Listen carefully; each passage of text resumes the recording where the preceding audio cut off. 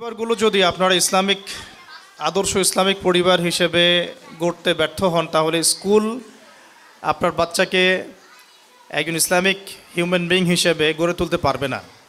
আপনাদের পরিবারগুলো যদি আপনারা ইসলামিক আদর্শ ইসলামিক পরিবার হিসেবে গড়তে ব্যর্থ হন, তাহলে স্কুল আপনার বাচ্চাকে একজন ইসলামিক হিউম্যান বিইং হিসেবে গড়ে তুলতে পারবে না। এই প্রথম কথাটা আমাদের আজকে সবার মন এবং মননের মধ্যে গেঁথে নেওয়া উচিত। স্কুলে আমি ভর্তি করিয়ে দিয়েছি, মাসে বেতন দিচ্ছি, বাচ্চাদেরকে পড়াচ্ছেন টিচাররা, এটাই কিন্তু একটা বাচ্চার ইসলামিক ডেভেলপমেন্টের জন্য যথেষ্ট না। সর্বপ্রথম এবং সবচেয়ে গুরুত্বপূর্ণ বিষয়টা হচ্ছে তার বাসার পরিবেশটা কেমন। এখানে যারা উপস্থিত আছেন আমাদের গার্ডিয়ানরা এবং ফিমেল সেকশনে অনেক মায়েরা আছেন। তো প্রথম যে বিষয়টা আপনাদের সবাইকে একটু মনোযোগ দিতে হবে যে বাসার পরিবেশটা যেন ইসলামিক হয়। তো বাসায় ইসলামিক পরিবেশ বলতে আমরা আসলে কি বুঝি? বাসায় ইসলামিক পরিবেশ বলতে আমার বাসার গঠন, আমার বাসার অভ্যন্তরীণ ডেকোরেশন, বাহ্যিক ডেকোরেশন, আমার বাসার ডাইনিং টেবিল, খাবার মেনু, নামাজ, তালিম, আমাদের ওয়াশরুম, আমাদের পিতামাতার মধ্যে সম্পর্ক, ভাই বোনদের মধ্যে সম্পর্ক, পিতার সাথে সন্তানদের সম্পর্ক, মায়ের সাথে সন্তানদের সম্পর্ক, পরিবারের রিজিকের উৎস এবং স্বামী স্ত্রীর অভ্যন্তরীণ সম্পর্ক, এই প্রত্যেকটা বিষয়ে ওতপ্রোতভাবে জড়িত আর কি। ইসলামিক পরিবার বলতে ডিভাইস এডিক্টেড কোনো পরিবার কিন্তু বোঝায় না। দেখেন, আমি এখানে জাস্ট ফটোশ্যুট করতে আসি নাই, কিন্তু আপনারা যেভাবে ফোন নিয়ে বসে আছেন আমি খুব বিব্রত হচ্ছে আর কি। মানে আমি বিব্রত হচ্ছে এই কারণে যে আমাদের বাচ্চারা এটাই শিখবে এখন যে এভাবেই মনে হয় আলোচনা শুনতে হয়। ঠিক আছে, আমাদের বাচ্চারা আজকে শিখতেছে যে আসলে মনে হয় কেউ স্পেশাল কোনো ব্যক্তিত্ব আসলে আমাদের ফোন নিয়ে দাঁড়িয়ে যেতে হবে। মানে তারা কিন্তু এটা শিখতেছে আর কি। এটা ম্যানার না, এটা বরং ডিসম্যানার আর কি।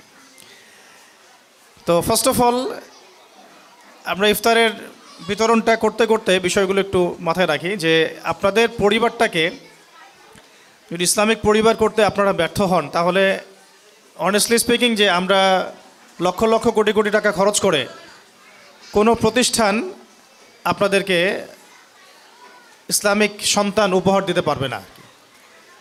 কথাটা আমরা যত দ্রুত বুঝবো ততই ভালো। এখানে প্রতিষ্ঠান যতটা গুরুত্বপূর্ণ তার চেয়ে বেশি গুরুত্বপূর্ণ আপনার পিতামাতার সম্পর্ক এবং ইসলামিক ফ্যামিলির বন্ডিং। তো প্রথম প্রশ্নটা আমি ছুটতে চাই আপনাদের দিকে যে আসলে আমাদের মধ্যে সেই ইসলামিক পারিবারিক মূল্যবোধটা আছে কি না,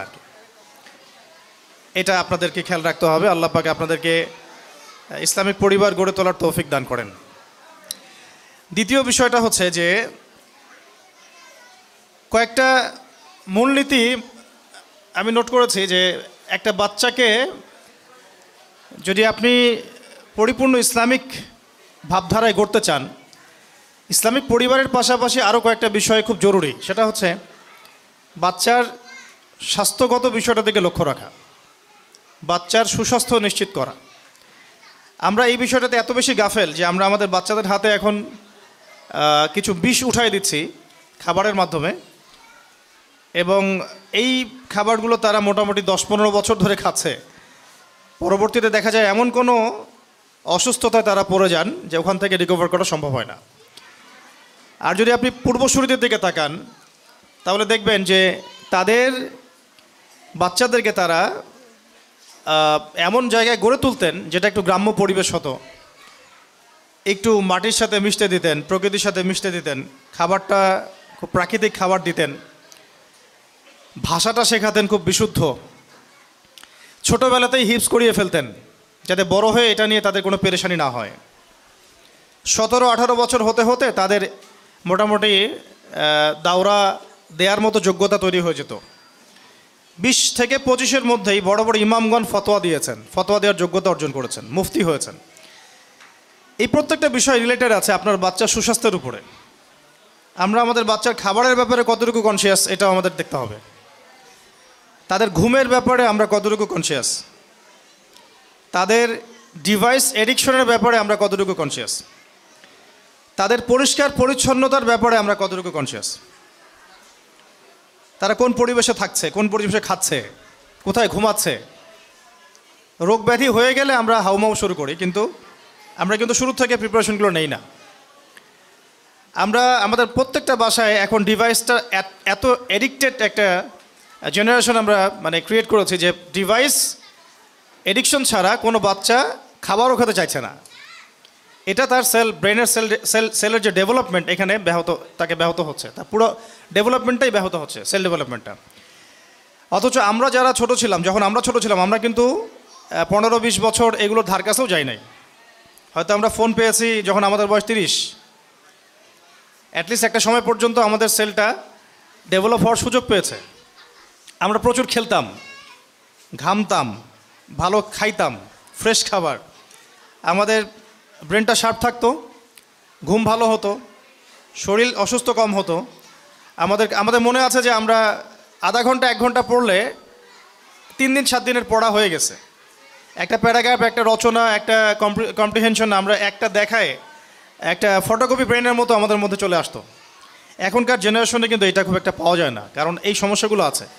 তো স্কুল অনেক কিছুই দিবে, আমি বলছি স্কুল আপনাদেরকে অনেক কিছুই দিবে, একটা পরিবেশ দিবে, টিচার স্টাফ দিবে, একটা এনভায়রনমেন্ট দিবে, ইসলামিক পরিবেশ দিবে, তারপরে পাশাপাশি ভালো ভালো কারিকুলাম দিবে, সিলেবাস দিবে, বুক দিবে, এবং একটা ধারাবাহিকতা দিবে। কিন্তু এটা সব কিছু নয়। কিন্তু এর পাশাপাশি যে পয়েন্টগুলো আমাদের চোখ এড়িয়ে যায়, সেগুলো নিয়ে আমি জাস্ট কথা বলছি। এগুলো খোলামেলা কিছু কথা, যে পরিবারের অভ্যন্তরীণ সম্পর্ক ঠিক করে ফেলতে হবে, পরিবারের মধ্যে তালিম চালু করা, পরিবারের নামাজ চালু করা, বাবাকে দেখে যেন বাচ্চা শিখে, মাকে দেখে যেন বাচ্চা শিখে, পরিবারের সালাম চালু করা, পরিবারের খাবারের ব্যাপারে খেয়াল করা, এবং আয়ের উৎসের ব্যাপারে খেয়াল করা, পরিবারে কোরআনের তালিম হচ্ছে কিনা, যে পড়াটা আমি দিচ্ছি সেই পড়াটা আদায় করে নেওয়ার যোগ্যতা পিতামাতার আছে কিনা। মানে একটা সূরা হয়তো পড়ানো হয়েছে, এটা বাচ্চা বিশুদ্ধ করে পড়তে পারছে কিনা, এটা যাচাই করার জন্য তো আপনাকেও বিশুদ্ধ করে জানতে হবে এটা পিতামাতা জানে কিনা।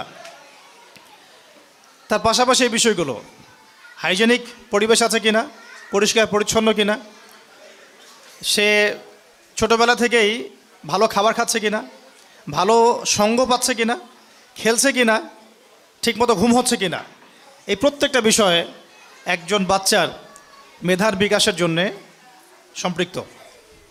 এবং আপনারা দেখবেন খেয়াল করে যে যারা আজ পর্যন্ত বড় বড় জায়গায় গিয়েছেন, তাদের শৈশবটা কিন্তু খুবই দুরন্ত ছিল, প্রাণবন্ত ছিল, এবং উপযুক্ত পরিবেশ ছিল, উপযুক্ত খাবার ছিল, পারিবারিক বন্ধন, হৃদ্যতাপূর্ণ বন্ধন ছিল। তারা কিন্তু আজকে অনেক বড় হয়েছেন। আজকের আমাদের এই বস্তুবাদী সভ্যতা অনেক কিছু দিয়েছে, ডিভাইস দিয়েছে, কার্টুন দিয়েছে, ইন্টারনেট দিয়েছে, ফোনের মধ্যে একটা বন্দি জীবন দিয়েছে, অনেক কিছু দিয়েছে, কিন্তু ইন্টারনাল বন্ডিংগুলো নষ্ট হয়ে গেছে। আমাদের ইভেন স্বামী স্ত্রীর বন্ডিংগুলো নষ্ট হয়ে যাচ্ছে। পিতার সাথে বাচ্চার খুব একটা দেখা হচ্ছে না, মায়ের সাথে বাচ্চার ইন্টারাকশন ভালো হচ্ছে না, বাচ্চাকে মানুষ করছে কাজের মেয়ে, অনেক বিষয় আছে। এই পুরো বিষয়গুলো যখন একসাথে হবে, তখন একটা আদর্শ পরিবারও যেমন গড়ে উঠবে ইনশাআল্লাহ, আমাদের বাচ্চাদের ভবিষ্যৎটাও ভালো হবে ইনশাআল্লাহ। এটা একটা মৌলিক কিছু কথা আমি মাথায় নিয়েছিলাম আপনাদেরকে বলার জন্যে। আর বাকি আমাদের ভিশনটা হচ্ছে কমপক্ষে প্লে থেকে নিয়ে ক্লাস 10 পর্যন্ত রংপুরে এই ট্রাইলিঙ্গুয়াল সিলেবাসটাকে লঞ্চ করা এবং এটাকে বাস্তবায়ন করা। তো এটা একটা সময় সাপেক্ষ প্রজেক্ট। তাই যাদের এবার প্রথম বছর আমাদের স্কুলে, তাদের ধৈর্যটা